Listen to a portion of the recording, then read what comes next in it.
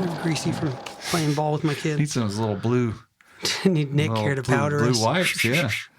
He told me that, he goes, oh, your face looks way better. And I don't know if he was just saying that to make me feel good. He means it. He was so genuine in that moment that I was like, hey, thanks, man. I mean, all he does, especially once the camera's rolling, is all he's doing is just thinking about how can I make this look better? Yeah.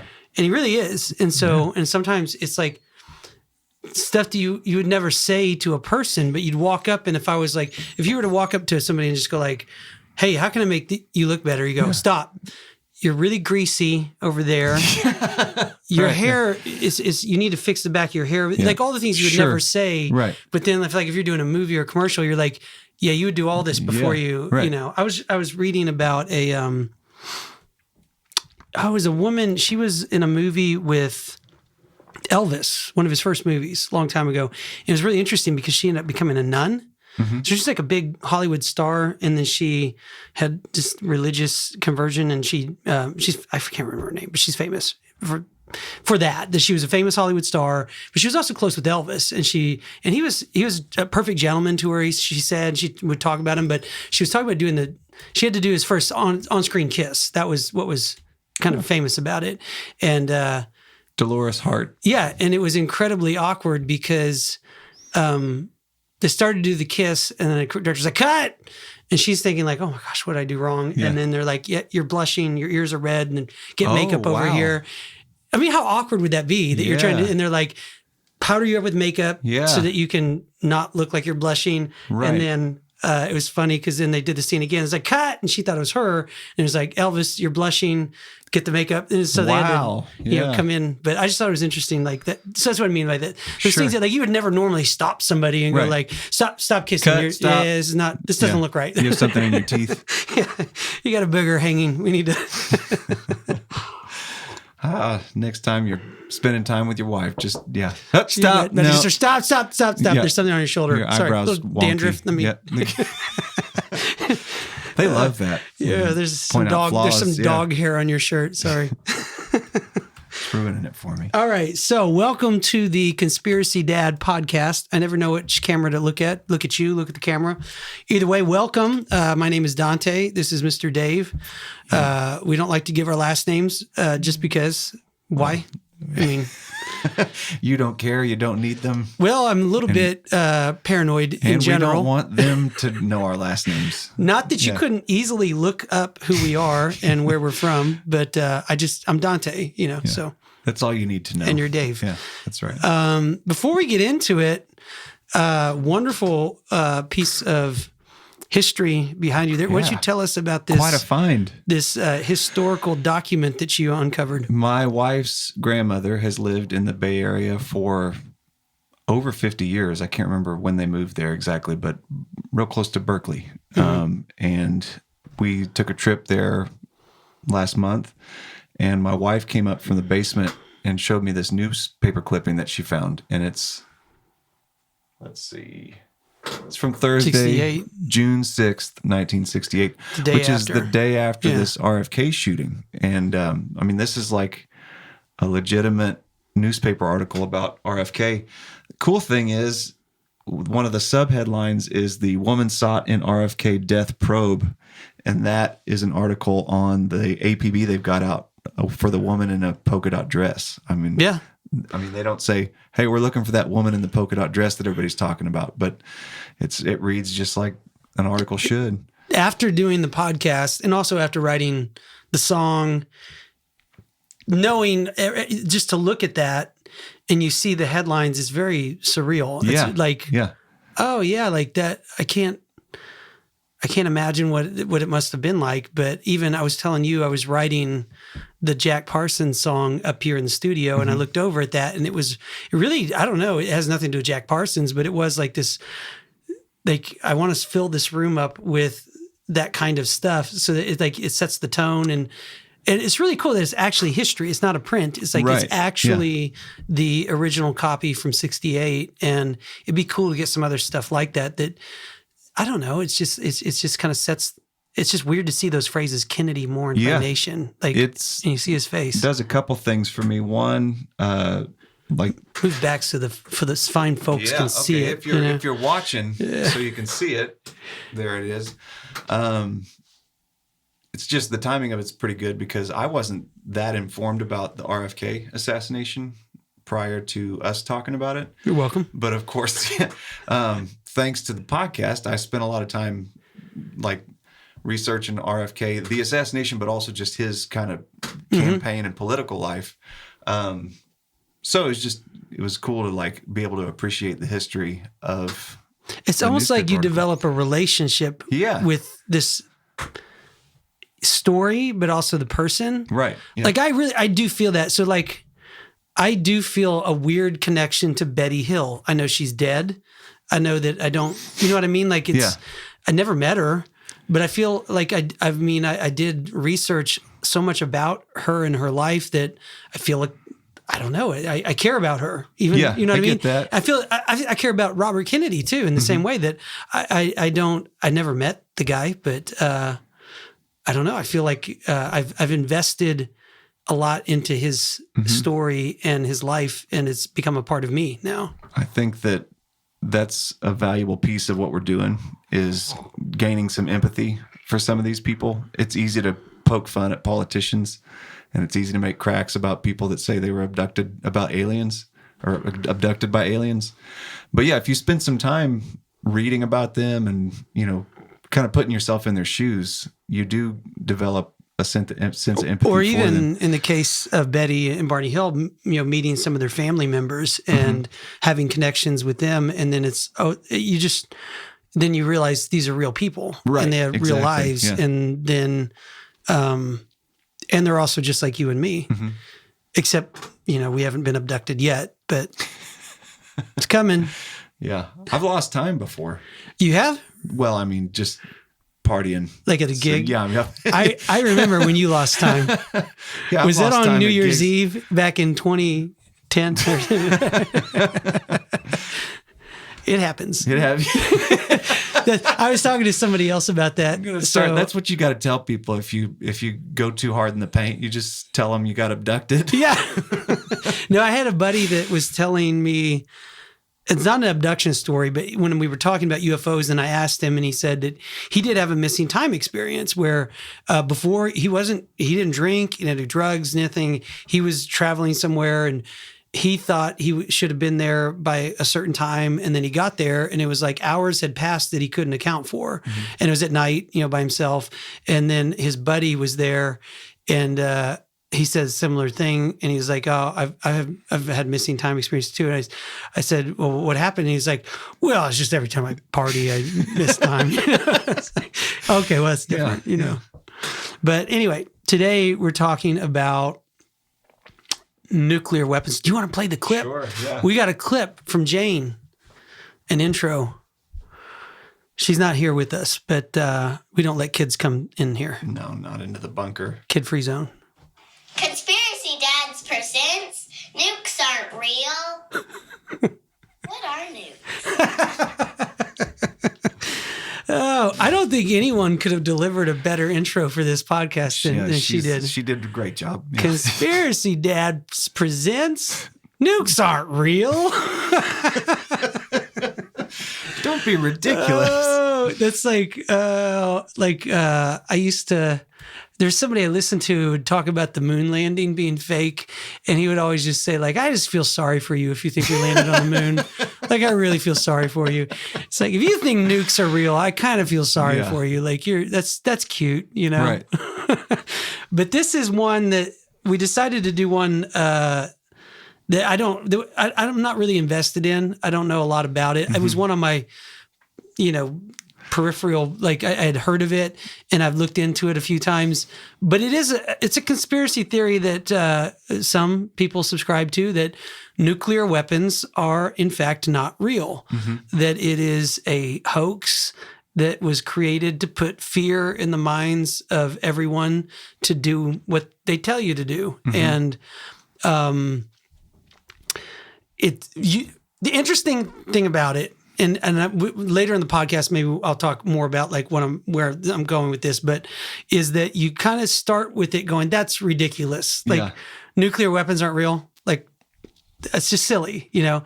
And then you look into some of the criticisms of it and you kind of go like, well, okay, that's strange, you know, that we all just believe what the TV tells us and we don't, you know, even there's like things that are pretty obviously like we don't offer much criticism or, you know, critical thinking. It's just kind of, you know, oh, okay, yeah, that's just nuclear weapons. And then you go, yeah, but the camera doesn't shake at all. Yeah. And then you go, well, how would you pull that off? Yeah, most of the, you know, when you see like a old news clip of some kind of crazy thing that happened live, there's always the cameraman gets pushed over, there's static, you know, and you hear chaos. I'm a cameraman, yeah. Like yeah, well, yeah, you're right. Keeping that camera steady is not an easy thing to do. I mean, many weeks we come into this room to get the podcast going, and it's just hard to get them powered up and going. And I mean, to have flawless video footage of all of these explosions and none of the cameras even shake. Yeah. That's pretty good. I mean, we have now in editing software for post-production image stabilization. Yeah. So cameras back in the day, they didn't have any internal image stabilization. Now, certain cameras have camera stabilization, and then you can even have post-production that's really good. So I can have a shot where I'm moving like this, and I can put it, and it'll crop in and make that a smooth pan where you won't even notice that it was, you know, wobbly. Not so much back in 1950. No. We didn't have...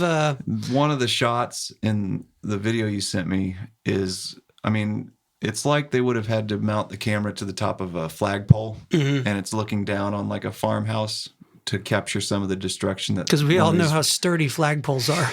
Well, that was just like you said. You sent me a text about what are we going to talk about, and you sent me 3 topics, all of which seemed like equally asinine. Do you remember what they were? It was nukes aren't real. Joan Rivers was killed by the Obamas. Yeah, and I forget the last one now. I can look at it if you like, but it was another good one. But yeah, keep going. I'll look it up. Yeah, so I thought it was laughable. Both, I mean, equally laughable. You laughed out loud when you read it. Yeah, I LOL'd all over myself. And then I watched this video link you sent me, and it starts out with like, oh, yeah, well, we all, you know, have our doubts about nuclear weapons. And I thought, oh, brother. And then not long into the video, the voice is showing this footage, and the voiceover says, well, you know, it's awfully strange that this explosion happens and completely annihilates this farmhouse.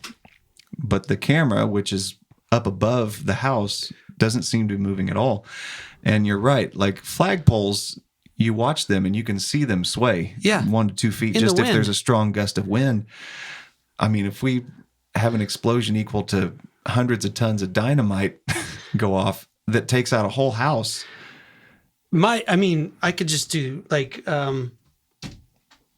you could tap, the tripod in here. If you're watching the video, stomp. you tomp the, that's going to shake enough that you notice it on the camera.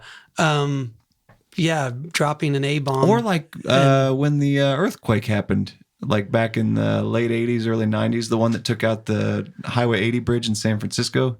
There's footage of like newscasters, and you can see them visibly disturbed because, you know, the set is shaking, right? Yeah. Or it's like every cheesy Star Trek scene when the ship is, you know, it's just you shake the camera a little bit and everybody, but you feel like you're shaking. But so cameras shake.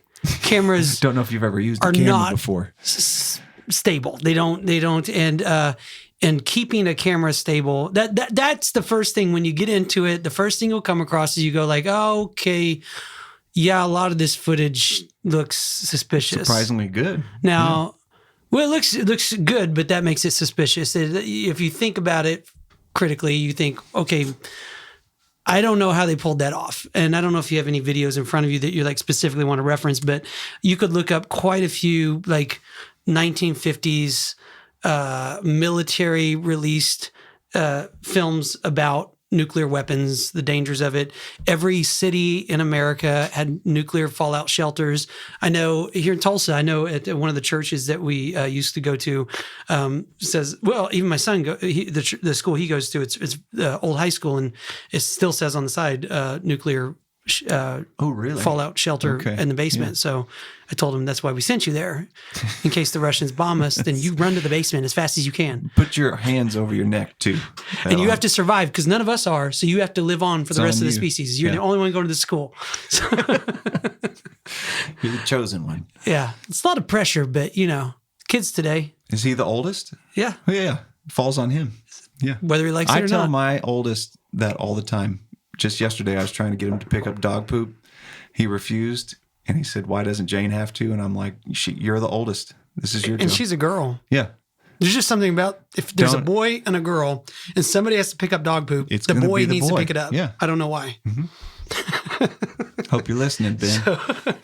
So let's go a little bit into the history of nuclear weapons before we discredit them altogether. No, I'm just kidding. Completely. Before we dismantle the entire narrative. No, the Manhattan Project was, and I'm not an expert. Neither of us are experts. We're just dads talking about this stuff. Don't listen to anything that we say and take it that seriously. We're just guys talking about weird stuff. Don't cite us in a book report or you could if you wanted, but you got to get an F. It's not going to be a good grade. You'd do better to use Chat GPT for your book report.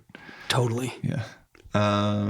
Manhattan Project. Yeah. So I don't know a lot about it, except that I know that it was a massive military effort to develop nuclear weapons involving Einstein and Oppenheimer and all the names that you know related to that research. Yeah.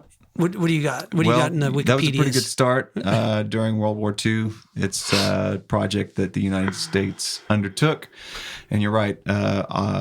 Oppenheimer was, the physicist, the director, and then they brought in Einstein. Project led to the development of two types of atomic bombs, both developed concurrently during the war: a relatively simple gun-type fission weapon and a more complex implosion-type nuclear weapon. They're working with some of the explanation we listened to. They worked with uranium in an effort to produce plutonium. Let's see. After the feasibility of the world's first artificial nuclear reactor. You always get choked up listening. I get emotional listening to Oppenheimer. It always comes. It always gets to me. Gets me every time. The Chicago Pile 1 was demonstrated in 1942 at the Metallurgical Laboratory in the University of Chicago. The project designed the X-10 graphite reactor. I've heard about that, and it's surprising that they didn't blow up Chicago. That's one of the things about it that in hindsight they're like, we should have done this in the desert. Like, we shouldn't have done this in the middle of Chicago. Yeah. That's, and doing it in the desert even, one of the points that there wasn't a point that was made during the video that was like disproving nuclear weapons, but it crossed my mind. Why are we blowing up? At the time they tested this nuclear weapon in New Mexico, no idea what was going to happen. It could have just as easily not worked at all, just nothing, as it could have just destroyed life as we know it. That's one of the things that blows my mind about this history is there were serious physicists that were saying this could completely collapse the universe if you do this, and they still did it. Right, yeah. They still, allegedly, maybe that's proof that they didn't do it. I don't know, but there were scientists that were still like, some of these scientists, you really need to watch out for them, because just because someone's a scientist doesn't mean they're not evil. I mean, the Nazis taught us that. Well, we just talked about Jack Parsons. He worships Satan. He's not a good guy. And he had a whole crew of dudes that were scientists that were partying and cults and Satan worshiping. They were not reserved in their thinking about, to use the parlance of Jack Parsons, they were not mundane. Yes, they were. It just was crazy to me that, saying here Chicago, geez, that's a choice of venue. New Mexico, just thinking about America and kind of the way we like to operate, it seems to me we would have picked out somewhere in Alaska if we really were worried about it. Or wouldn't we have just taken over some other country and used their land to blow up? Could we go to Canada? They're like an ally, and like most of Canada's nothing. Unoccupied, so we just go way north. Got tons of space. Go way up north where they did all the Mars lunar landing testing where all of the photos look exactly like the Mars landing photos. Yeah. I don't know if you looked. That's another conspiracy we can go into, but exactly where the landscape looks like Mars. Where it looks like exactly like Mars, and we did all of our testing like there, and then the photos. Another haphazard thing that happens here, I'm just down further in the wiki article. It's the first nuclear device ever detonated was an implosion-type bomb during the Trinity test conducted at New Mexico's Alamogordo, bombing in the gunnery range, July 16th, 1945. Little Boy and Fat Man bombs were used a month later in the atomic bombings of Hiroshima and Nagasaki, respectively, with Manhattan personnel serving as bomb assembly technicians and weaponeers on the attack aircraft. And I just think, like, geez, you guys, you tested it, and then 30 days later, you're deploying these weapons? Goodness, why even test them at all? Why not just test them on the Japanese? Right, if that's what they're for. Yeah, and seems like a meeting about a meeting. So I don't know what I was going to say, except the Japanese, like, that's a big. A lot of the people that buy into the conspiracy, they don't believe that we dropped bombs on Japan. I don't necessarily think that. Well, no, they don't think they dropped nuclear bombs. Okay. They think that we planted, it was just a lot of dynamite, or it was firebombing the city, and they go through and you can look at pictures of a lot of other cities like Tokyo that were firebombed, and it's like, well, it looks exactly like the nuclear, they look the same. Yeah. And even at the time, you can look up, I think some of the source of originally of the confusion, there's some military scientists at the time that they kind of thought it might be propaganda.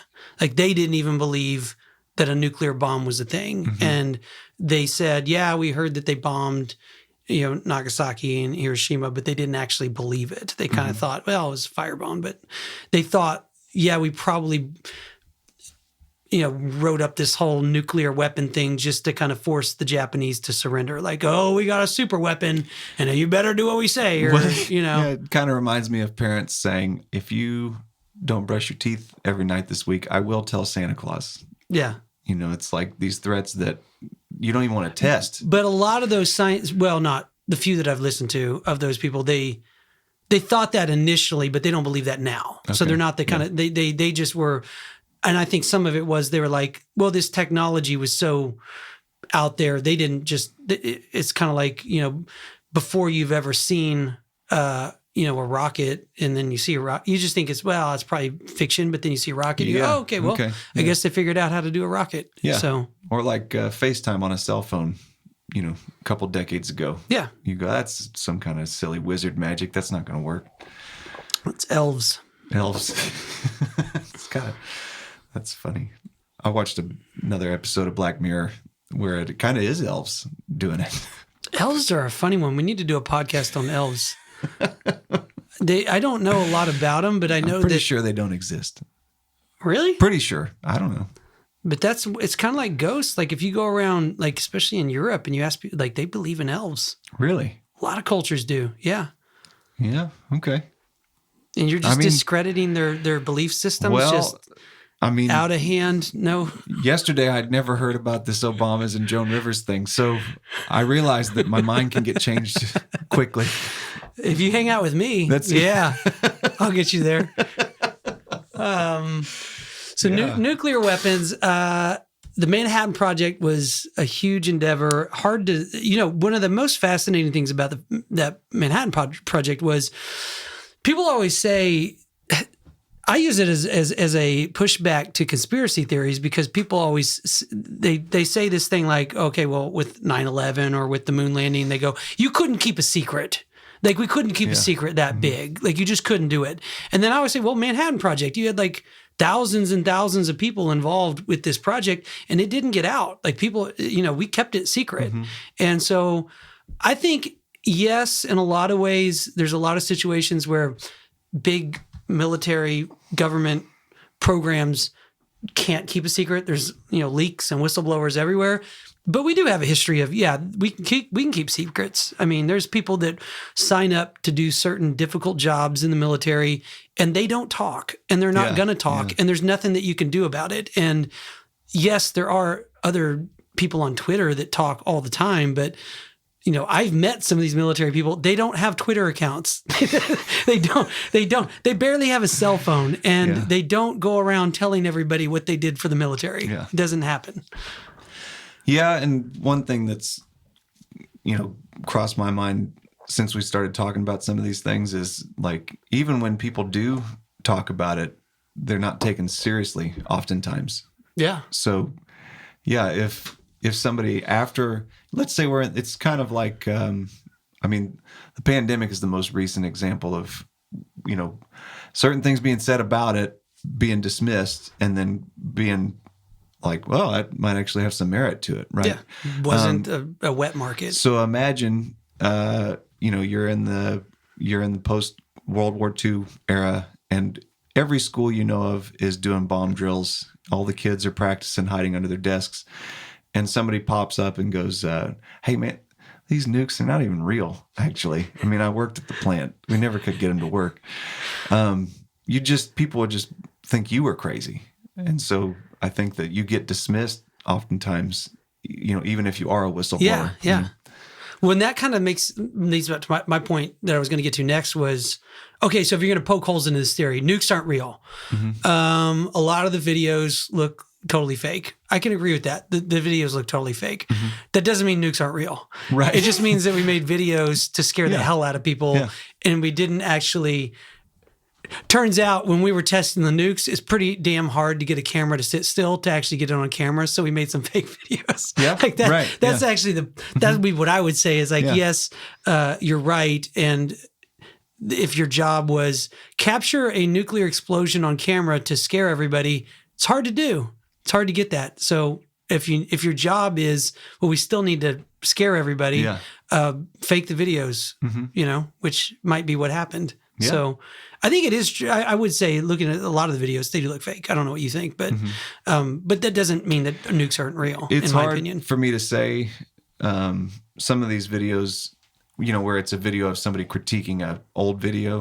Oh, well, look, I mean, don't you think that this is a little suspicious? Look at all the trees. They're all straight. That was one I thought was funny. Yeah. Like you said, straight trees. Like they look like they'd be right next to a little miniature railroad or something. No human would arrange trees like this, except for maybe farmers that have been doing it for guys that are really good at arranging trees. Exactly. It's their business. Arborists. Exactly. But sometimes I hear critiques of these videos and people are like, well, this is obviously a composite. And I'm like, for all I know, you know as much about video as me, which is nothing. Well, I'm curious to hear what you think about it. No, I will say that. Like looking at some of the videos, there are composite videos. Uh-huh. Like that's kind of where we'll do another podcast about the moon landing, but that's a criticism of the moon landing stuff too, is that a lot of the videos clearly are composite videos that look like they were done in a studio. So what do you mean when you say composite? What does one mean when they say composite video? There's multiple layers going on in a video. Okay. And so like a green screen is a composite video where you have, your subject in one place and you have, a green screen behind you, and then you're going to overlay something completely different to make it look like you're in the desert. But there's also like old school ways of doing composite videos. But in these videos, some of it is like there are clouds. Like you have elements in the video that are obviously not being affected by the explosion, and other elements that are being affected by it. And back to the point of like, well, if a nuclear bomb is blowing an entire city away, you'd think it would move a cloud. You think like a cloud would also go out of the way. And I mean, I've not deeply analyzed a lot of the videos, but I have seen enough that. Yeah, I would say the same thing about the lunar landing videos, that there's some that are they definitely look like fake, but does that mean we didn't land on the moon? It's two different arguments. This is a little bit of behind the curtain, but when I was in radio, we did recorded live breaks, and it was just for that very reason, in case your equipment's not working. Were we not actually at the event? No? I've always thought that about the moon landing and about some of these other things is, what asset did America have that nobody else had? It's Hollywood. Yeah. We've always had Hollywood. Yeah. If you've watched British films or even, other cultures' films, they suck. Even today, they suck. British television is known for sucking. Like if you... Black Mirror's pretty good. Is that a British program? Yeah. There's some... Okay, they've caught up. There's a lot of British people in it. I don't know. I bet it's not a British program. You're probably right. John Hamm was in the last Netflix. episode. It's Netflix. It's not British. It's American. You got me. Yeah. So, but if you watch even Doctor Who is probably like the best British program, best well-known. The production's terrible. Like you compare it to Hollywood, it's not anything like a Hollywood production, It's good writing. I still like Doctor Who. I'm not saying I don't, but you get what I'm saying? Like we had this asset all the way from the 1940s until now, where if you're an American agency or if you're an American politician, you have this unique thing where we could make fake videos and photos of whatever we wanted to, and nobody else can. I mean, there's propaganda films out of China. There's propaganda films out of North Korea. They look fake. They don't look like they don't look like the stuff that we can make. And I think even if you go back to, I've always thought that about when people talk about the lunar landing. If you watch Space Odyssey, 2001: Space Odyssey, that came out like 4 years before we supposedly landed on the moon. Yeah. And it's like it looks like he's in space. Like that is so well done. If you go and watch that now, if you've never seen it, we had that ability. Now, I'm not saying that we faked the lunar landings. I'm just saying that, if you're in a position of power and you're going, we need to really, maybe it's because the threat's real. Maybe there's nukes in Russia and there's nukes here. And it's like, we really need the American population to understand the danger of these nukes. Yeah. And then you go, well, we need videos that really hit that message. Yeah. It's definitely easier to fake that than it is to actually do it. That would be my point. It's like, it's way easier to just stage it, control every aspect of it, make a really tight, solid production that you put out there, put it in the theaters, everyone watches it before the movie and they go, oh my God, we need to deal with this situation. Yeah. I don't know why, if I was in charge, that's what I would do. I've always said that. If I was JFK, I would fake the lunar landings in a heartbeat. If you told me that there's like a 50% chance of failure, I'd say fake it. Even if you said there's an 80% chance of success, I'd still say fake it. Just because, well, my end goal is to bankrupt the Soviet Union. I don't care. Yeah. You know what I mean? Like I'm not, it's great. We landed on the moon. More than that, I don't want the U.S. to have guys die on the moon, Sure. And until maybe we got to that point where eventually said, look, we're pretty confident we can get on the moon. But that's another podcast we can get into. Pretty confident we can make nukes. A lot harder to catch it on camera, I think. But it's just one more element of complexity when you could just hedge your bets and go ahead and pre-tape it. And I don't see what's wrong with that. No, I think I like landing on the position of, hey, I'm not saying that we didn't get on the moon. I'm just saying that the documentation of us getting on the moon, those photos are obviously fake. It's made up. That's all. The comment that was made and something I was looking into with the nukes are fake thing is like, well, the objective is to get the rest of the world to believe we have nukes. That's what we want to have happen. So that's half of it. Yeah. The other half was to convince the American taxpayer to keep paying for the program. So, which you got to be scared of something to give them your money. Absolutely. And that's sky is falling is the oldest political trick in the book. So, if we need to raise that money, scare the hell out of them. They'll give you their money. And, I don't want to find out I was wrong about the nukes the hard way. If you go down that road, nukes aren't real, it's kind of hard to explain to everyone else who has nukes. So then you have to say, okay, the Russians don't have nukes either. So they're like on this game with us where it's like we both know they're fake, but we're both kind of using it to control our populations. And I guess that is what a lot of these people would say that buy into the theory is that like, it's a charade that we just kind of back and forth. And that's why there's never been a nuclear war because it's actually not possible. And maybe, man, that would be nice to find out. It would be in the end, like, no, that actually wasn't. It is pretty. You could look up in North Carolina in, I want to say in the 70s at some point, they almost dropped a nuke on the United States on accident. And so there's been moments in Russia and in the U.S. where people have no idea how close we came to just being completely wiped out. They almost dropped a nuclear bomb on North Carolina. How long ago? I think it was in the 70s. Yeah. I could be wrong about the decade. Okay, so this is brush with catastrophe. The day the U.S. almost nuked itself. Yes. Can you imagine coming home if this is your job and your wife is getting the casserole? How was your day, honey? Well, I'm glad to be home. Yeah. Having this casserole with you. It's a bit of a Monday. Somebody's got a case of the Mondays. Let me tell you. I was supposed to push the green button. I pushed the red button. And they're right. Why did they put them so close together on the console? The U.S. narrowly avoided catastrophic disaster when 2 Mark 39 hydrogen bombs were accidentally dropped over Goldsboro, North Carolina on January 23, 1961. The bombs were released when a B-52 United States Air Force bomber broke apart in midair. Yee. One of the bombs performed precisely in accordance with its design. Its parachute deployed. Thank goodness. Okay.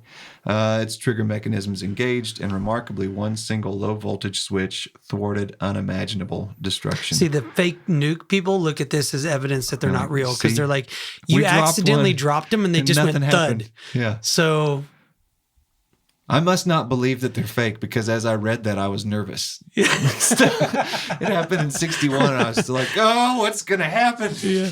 So can you imagine if one landed in your backyard? I mean, you walk out and there's I'm sure there was a swarm of military, nothing to see. Or what exactly was that? Nothing. Don't worry about it. We'll take care of it. Don't worry. You want to move? We'll pay for it. It said H-bomb on the side of it, No, don't worry about it. That means happy. Happy bomb. Yeah. So I forget where I was going with that, except that's a big, to say that, everybody's got this kind of, the Koreans and who all has nukes right now? The Chinese, the Israelis, the Russians. I mean, a lot of people have nukes. There's a lot of them.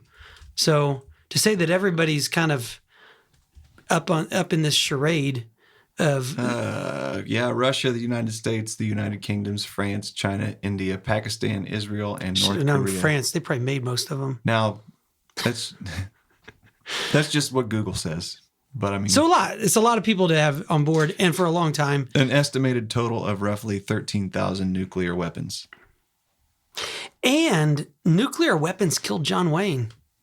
Did you know that? No. So there's a lot of people. Not the Obamas. They didn't kill Obamas or the Clintons had nothing to do with John Wayne's death. Because they couldn't do it. It took a nuclear weapon. Look up the movie. I'm just like, look up. Look up the movie that killed John Wayne. Okay. So he did a movie, him and a lot of other people, they did a movie. I mean, it's insane to even think of it. It was produced by, who was the big aviation guy that was a hypochondriac that didn't want to go into public and lived up in his tower forever and ever? Oof, that I don't know. If you look it up, you'll find it. He produced it. Goodness but gracious. They shot produced by Howard Hughes. Howard Hughes. They shot it at a site where they used to test nuclear weapons in the desert. And the Conqueror. And most of the people on that site died of cancer not too long after that. Well, within years, but a lot of people that were on that movie set got cancer and died. June of 54, a Hollywood cast and crew flew to St. George, Utah to make the movie The Conqueror. Yeah. And a lot of people think that that's what killed John Wayne, is because he got cancer. I think he died 10 years after, but he also drank and smoked a lot. So, I mean... Let's see what we can find about the cast. I want to say it's a significant number of people. Several years later, after filming, unusual medical conditions appeared in the cast and crew. In 1960, actor Pedro Armendariz. Oh man, I should have read that before I took a swing at it. Armendariz was diagnosed with kidney cancer. After learning his condition was terminal, he committed suicide. Gee, this is getting dark. In 1963, director Dick Powell died at age 53 of lymphatic cancer. Actress Susan Hayward contracted skin, breast, and uterine cancers before dying at 56. Pretty quick after. From brain cancer. So my gosh. Actress Susan Hayward contracted a lot of cancers. Actress Agnes Moorehead died of uterine cancer at age 74. Actor Lee Van Cleef died of throat cancer at age 64. Actor John what Hoyt, age did Lee Van Cleef die? Lee Van Cleef what year? Throat cancer at 64. That would have been. I have to do some math to. That's a decade or two later, though. Yeah, John again probably Hoyt, smoked. Let's see. All these people smoked. John Wayne spent years battling cancers of the lung, throat before dying at 72 of stomach cancer. Poof, he blamed his long-term smoking habit. That's what John Wayne blamed. But maybe he didn't think nukes are real. I gotta stop. Yeah, that's right. Well, I know. Hey, you got a John Wayne for us? No, come on, do a John Wayne. My dad does a pretty good one, but I'm trying to make him say something ridiculous like, "Well, it wasn't the Nukes, Pilgrim." Pilgrim. That was the only thing I could think of was that Pilgrim. Paragraph by itself was dark, man. That was just one cast member. Yeah, I wonder if you compared that to other movies of that time and like said, yeah, is that abnormal that many people? Because it seems like a lot. I don't know. But yeah, I mean, again, how many of those people are smoking for 30, 40 years, you know? A couple of them had the same types of cancers. Now, yeah, correlation, causation, I don't know. But boy, that one paragraph isolated sure makes it sound like for sure that place gave everybody cancer. I'm just thinking John Wayne now. It's my ADHD kicking in. But did you know that somebody found a picture? John Wayne used to contract, like he would like do all kinds of stuff with like the military, obviously, and especially the CIA, and like not contract, but like consult. So like they're making films and like he was always consulting with different military people. There's a picture that somebody found. You look up. There's a picture of John Wayne, and standing in the background, he's like meeting with a bunch of Marines back in the day. Standing behind him, Lee Harvey Oswald. You can look it up. Somebody found it years later, and it's like when Lee Harvey Oswald was in the military, in the Marines, and John Wayne's standing there talking to somebody, and he's standing in the background behind him. And you just think like, this guy, Lee Harvey Oswald, just a Joe, some Joe Schmo that's it. That's it. Is there a way to get it to where the camera can see it? Or Hold is it up. One of those? Hold it up. There you go. Yeah, it's going to switch in a second. Hold on. Hold it for another 10 seconds. And then I'll give you this link to put in the show notes as well. Okay, but it's a blurry picture, but I think it's been identified. Like people have said that is Lee Harvey Oswald. So very strange. Man, we got to get that cool trick where you can do the end screen thing. I think we can do it. It just has to happen from the iPad. And I don't know how to do that. I could barely get this thing to turn on. Now, this is a hard picture to make out. There's better ones. There are better versions of it. Cool. But I'm just saying, isn't that a strange thing that you're like lone gunman, obscure communist, weird, whatever. And then, man, you dig into the story. It's like he's not a nobody. He was working for the CIA. He was dug in like a tick. And, the idea, he's even standing in a picture with John Wayne. I mean, how many guys have had a picture with John Wayne? Yeah, not a lot. I mean, a lot, but not a lot of guys that killed the president too. How many guys that have killed a president have had a picture taken with John Wayne? That's an exceptionally low number of people. It's a low number. It's one. You sound pretty confident with that. Yeah, I'll take that bet. Go for one. He gonna do one.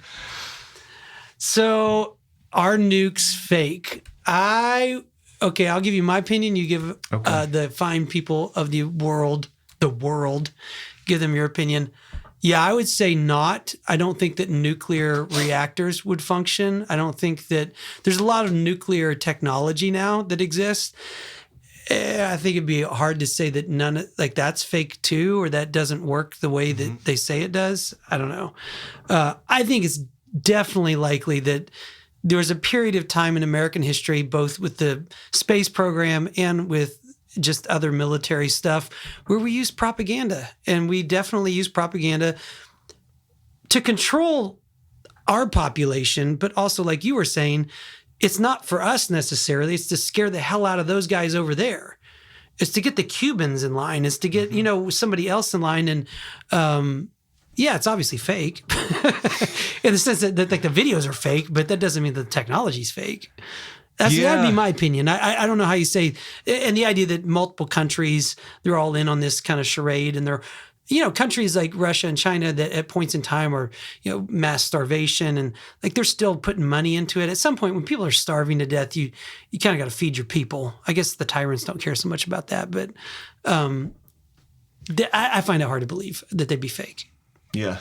This is one I stamp no on. All right.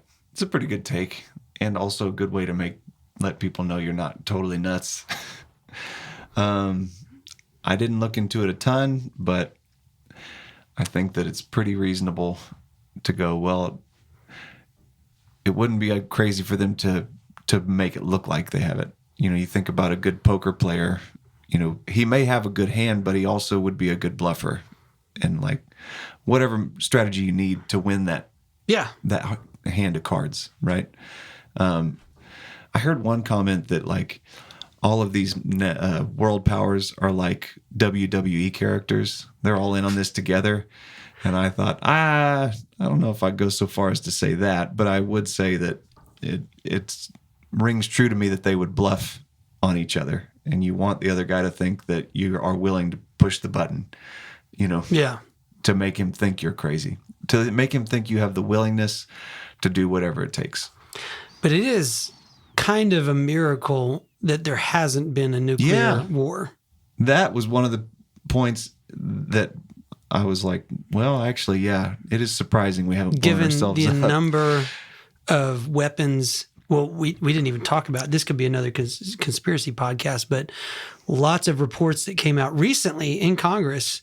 They had a lot of former nuclear facility operators come forward to Congress and testify about UFOs shutting off nuclear facilities, turning on and off. Yeah. So there's a lot of guys, by a lot, I don't know, probably a handful, that have worked at nuclear facilities and recently come forward and said, I think there were incidents in the 70s and the 80s and the 90s that they were doing their job, waiting to, push the button if they need to.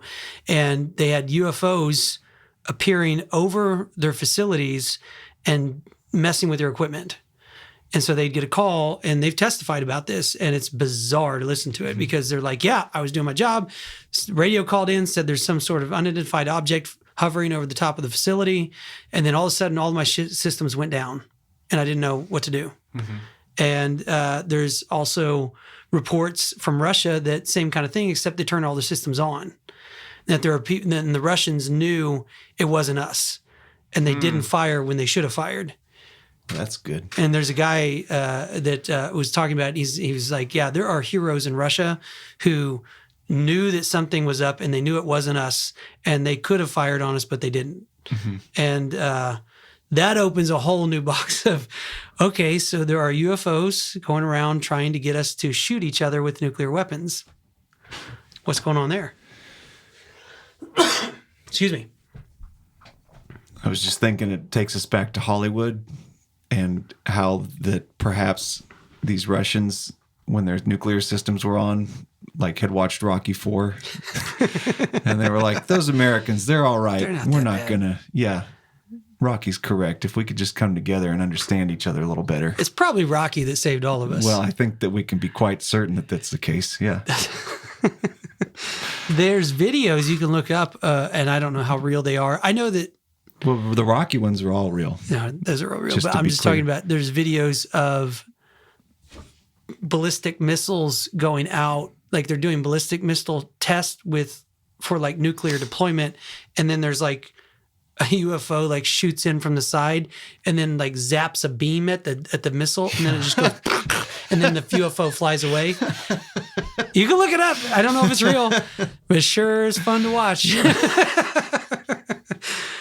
I don't know why people want to live in a world where this stuff, like, I mean, it's more fun to see reality that way, in my opinion. Yeah. I mean, you just want to go to work and think, this is all there is. I can't live like that. I gotta know that there's weird stuff going on. Gets me out of bed in the morning. The really tricky high wire act is going, well, there's a percentage of this that's true. Yeah. Like, and how strong is the mix? I don't know. I've always said that, like the U.S. military has this weird thing where there's old guys in the military that they have their long careers. They reach a certain age, like Philip Corso is an example. Have you ever read his book, The Day After Roswell? No. Read that book. That's a good, but he goes full, like all in, that he was assigned to handle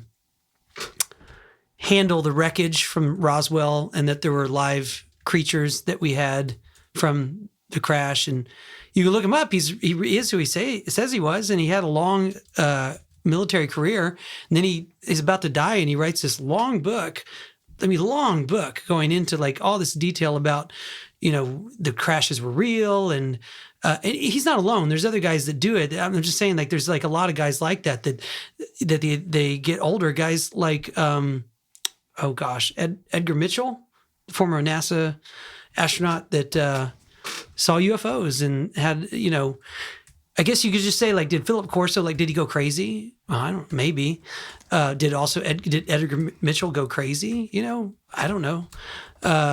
It just seems like there's a pattern here where it's like military guys get to like, I'm about to die. And then they say some really kooky stuff. And you think, well, either they're lying or they're crazy or they're telling the truth. Yeah. One of those three. Yeah. And how many, if one of them's telling the truth, Philip Corso is telling the truth. Oh my God. If Edgar Mitchell is telling the truth, oh my God. Like there's a certain amount of, if any of those guys work in those nuclear facilities, if one of them is telling the truth, oh my God. Yeah.